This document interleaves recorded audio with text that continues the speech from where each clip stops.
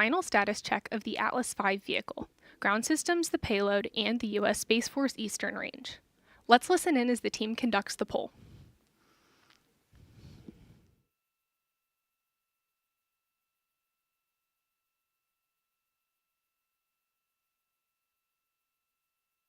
L-7 minutes. Status check to proceed with terminal count. Atlas systems, propulsion. Go. Hydraulics. Go. Pneumatics. Go. LO2. Go. Water. Go. Centaur systems, propulsion. Go. Pneumatics. Go. LO2. Go. LH2. Go. Gas. Go. Electrical systems, airborne. Go. Ground. Go. Facility. Go. RFFTS. Go. Flight control. Go. GCQ. Go. Op support. Go. COM. Go. Umbilicals. Go. Environmental control systems. Go. Redline monitor. Go. Quality. Go. Op safety manager. Go. Relay safety officer. Go. Vehicle system engineer. Go. Anomaly chief. Go. Range and weather. Go. Launch director. You have permission to launch. Proceeding with the count. ALC. Verified T0 is set for 05:46:000. Verified. Polling is complete, and the team is go for launch. From now until liftoff, launch conductor Scott Barney will lead the team through the final steps in today's countdown. This includes verifying propellant levels and pressures in both the booster and Centaur tanks, as well as arming the ordnance for ignition, stage separation, and flight termination. At T-1 minute, the range will confirm it is in a green condition for launch, meaning there are no constraints such as boats, aircraft, or weather, and that all tracking systems are ready. At T-25 seconds, you will hear Go Atlas, Go Centaur, Go Amazon Leo, the final status check for the rocket and payload. To help reduce the intense sound energy at liftoff, the launch pad's water deluge system activates at T-6 seconds, followed moments later by booster engine ignition. Then, after liftoff, you will hear flight commentator Corey Buckingham providing live updates as the rocket ascends into space. Today's Atlas LEO launch will mark the 5th launch of a full stack of LEO spacecraft on a ULA Atlas. Atlas also launched a LEO proto-flight in 2023 with a modified stack. ULA will fly 3 more Atlas LEO missions after LEO-05, and then Amazon spacecraft will begin launching on Vulcan rockets. The specially modified 85K Centaur 5 tank will allow Vulcan to launch even more LEO satellites with each mission.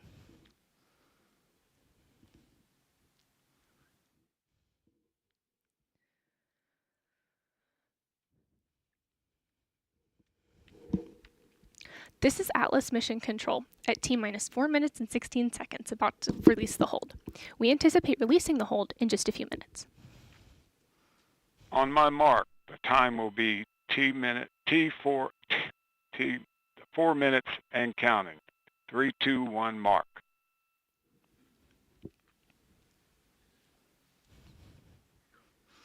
The countdown clock has resumed, and we are go for launch at 1:46 a.m. Eastern.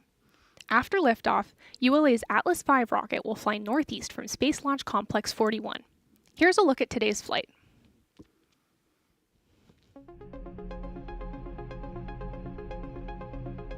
Following final confirmation of rocket readiness, the RD-180 engine and 5 solid rocket boosters ignite to produce more than 2 million pounds of thrust, lifting ULA's Atlas-5 rocket away from the pad.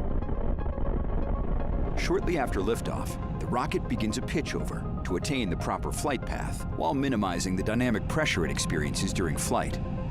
Atlas then reaches Mach 1, the speed of sound. The addition of 5 solid rocket boosters, or SRBs, precisely augment the liftoff thrust of the Atlas-5, giving it the power to deliver the payload to orbit. With their propellant expired approximately 96 seconds into ascent, the SRBs burn out, followed by jettison. Atlas's guidance system then begins steering towards the precise target in space.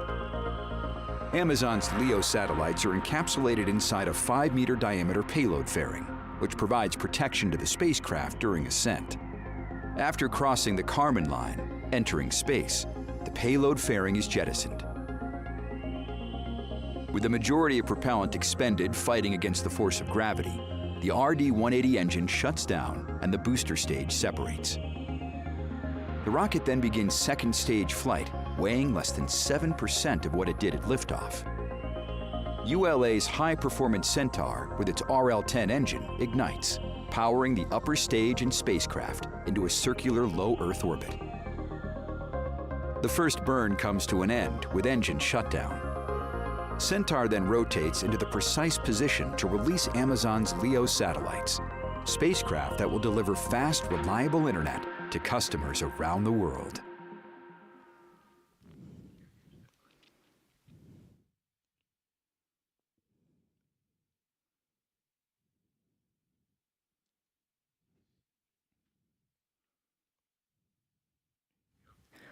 T-minus 90 seconds.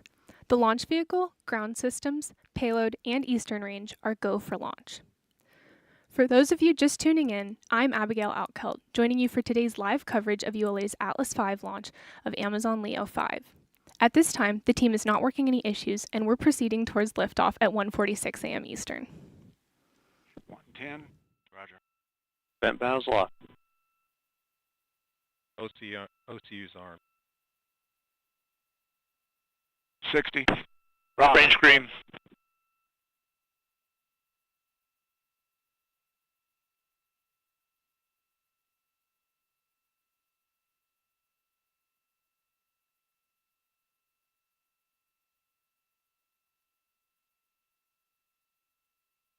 .40. Staple at step 3.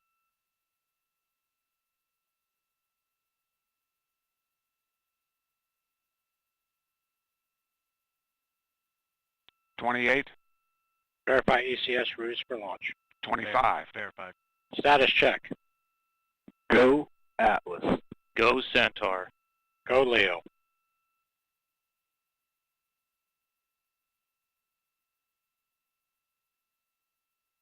.10. 9. T-minus 10, 9, 8, 7, 6, 5, 4, 3. We have ignition.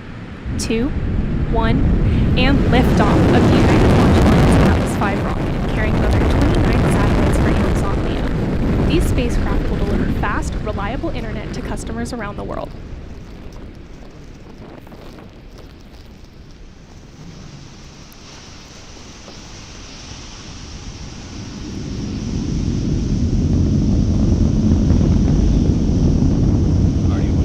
Throttling down as expected. Completed pitch and roll program. Mach 1 rocket is now supersonic.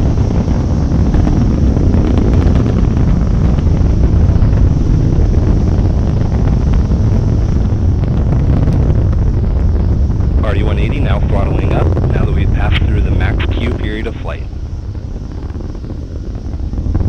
We're flying down the center of the range track at 1,800 miles per hour.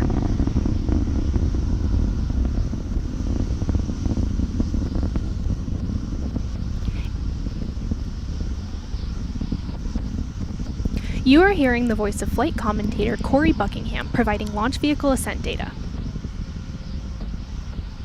RD-180 now throttling down in preparation for SRB burnout.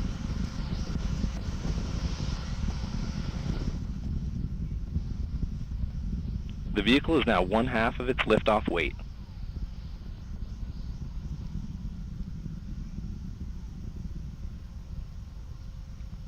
SRB burnout declared. RD-180 throttling up to full thrust following burnout. This is Atlas Mission Control at L plus 1 minute and 45 seconds. We are coming up on burnout and jettison of the solid rocket boosters. These additional motors augmented the thrust at liftoff, giving Atlas an extra boost off the pad.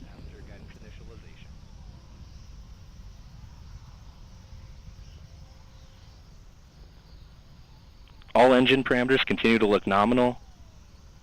Current altitude 35 nautical miles, downrange distance 50 miles. We are just over 2 minutes into flight. Coming up next, the Atlas-5 rocket will transition to closed-loop steering, meaning it will begin using real-time flight data to adjust its path. One thing many people don't realize about launch day is that these key milestones are pre-programmed into the rocket's onboard computer, known as its avionics system. While it may seem like engineers are commanding each step in real time, that work is done in advance and tested in ULA's Systems Integration Lab in Denver. On launch day, the team is focused on monitoring the data coming back from the rocket to make sure everything is performing as expected.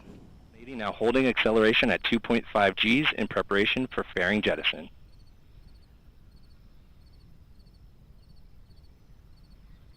Centaur reaction control system pressurizing to flight levels. The vehicle is now 1/4 of its liftoff weight. Confirmation of payload fairing jettison and CFLR deck jettison. The RD-180 is now throttling up after CFLR deck jettison.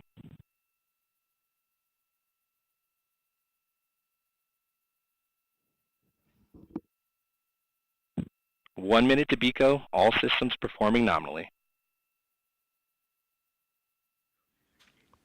Flight commentator Corey Buckingham just called out confirmation of payload fairing jettison. This composite fairing protects the spacecraft as it pushes through the harshest parts of Earth's atmosphere.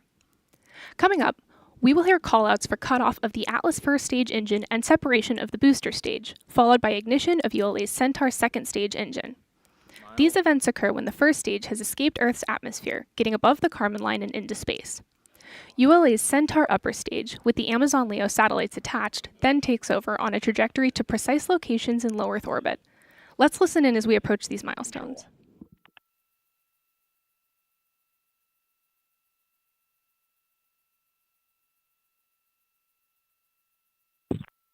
Boost phase chilldown complete.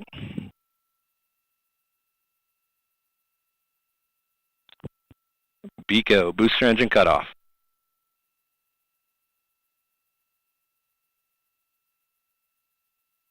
Confirmation of booster separation. Pre-start on fuel and locks.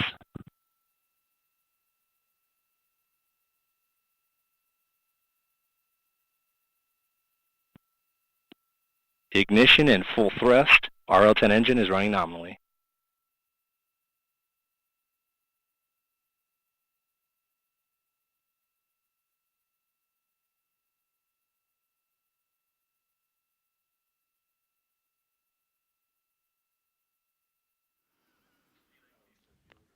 This is Atlas Mission Control at L+5 minutes and 8 seconds. We just heard flight commentator Corey Buckingham confirm the successful completion of the early milestones in today's flight, and all systems continue to operate nominally. We have about 12 minutes until we reach our next mission event, which is shutdown of Centaur's main engine. This morning, we've learned about rockets, satellites, and deployments, but at the heart of it all is Amazon LEO's mission, extending fast, reliable internet to customers and communities beyond the reach of existing networks. Let's take a look inside rural Montana, where staying connected can still be a daily challenge.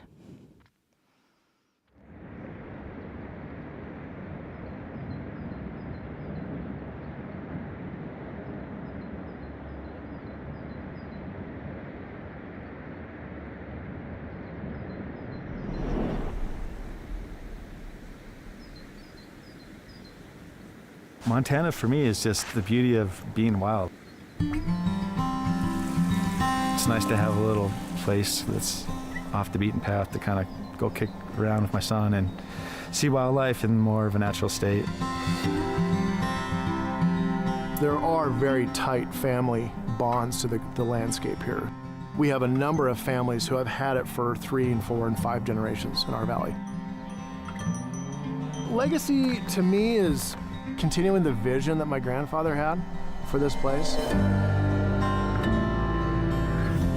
Everyone out here cares deeply about the place and stewarding the resources and the landscape. I came up here and fell in love with the area. Hey, one more. I really like Montanans. They're really honest people that care about each other and just like living rurally.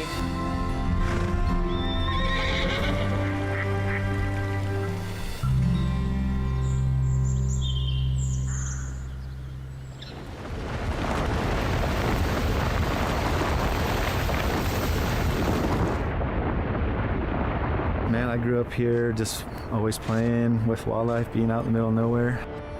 I love it. I love sharing it too. I like bringing people out and showing them. MPG Ranch is a 15,000 acre conservation ranch. We want to create an educational experience and let people really tie in with the land. We like to make wildlife documentaries, and we share all our wildlife cams. So if we come across a unique or a different behavior of wildlife, we love to share it. A lot of papers have been published on a lot of the findings we've found over the years. We do a lot of outreach with high school and college and give college students opportunity to do their research. I am the field tech at MPG Ranch. I maintain all the Buckeye cameras and the live streaming cameras, the internet on the ranch, make sure it's all staying connected. So we're on Indian Ridge here, and this is kind of the center front country of the ranch. We're kind of remote. We're off the beaten path here. We really didn't have anything but dial-up off some phone networks that were in really bad disrepair. So we are accessing through microwaves that go up to Dean Stone, shoot down to Missoula, and all that space is rented. One camera in the chain gets knocked out, and then I lose connectivity, and then I have to run out and go fix that chain. This network took 10 years to build. It's a hard process and a lot of maintenance.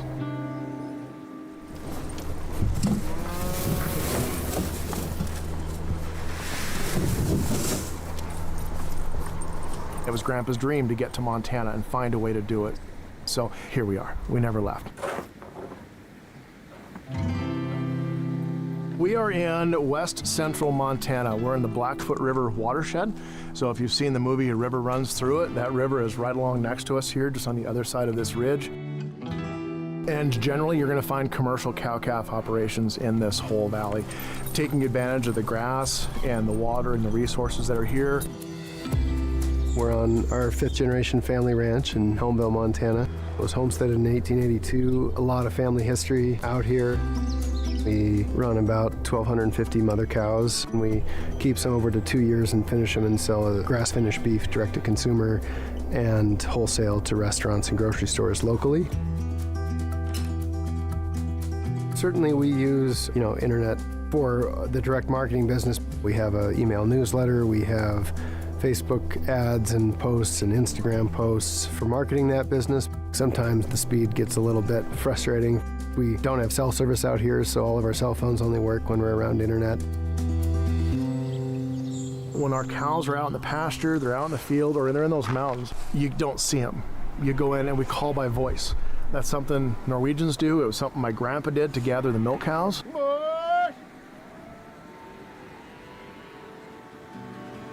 One thing about our ranch, because of that legacy aspect and wanting to keep the ground, it's really a poor business decision.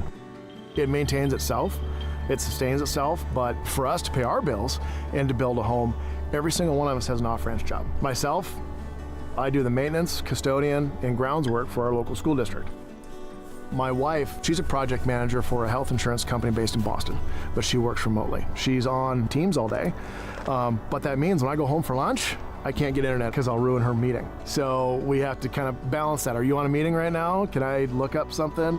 So everybody works off the ranch to help maintain this place and keep this thing going because we don't want to lose it. It is important, it's very important. I know that's been an issue for other folks working in the valley who need better connectivity. Hi, Don. Hello. How you doing? I'm doing well. Good. How's your shoulder feeling? Get kind of pinches. Okay, how about, so give me all the way to your arm, just relax it completely, good.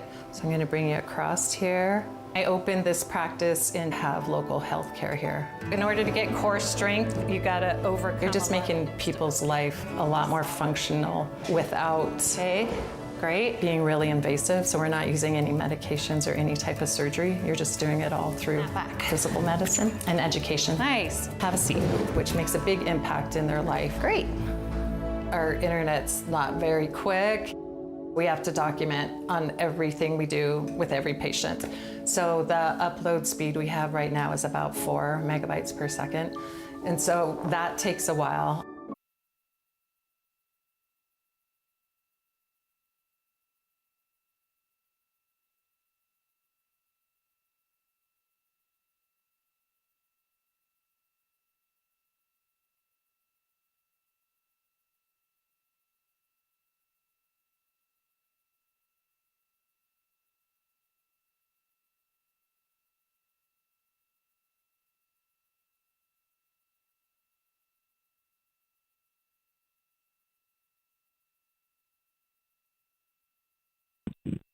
Indication of successful deployment number 4.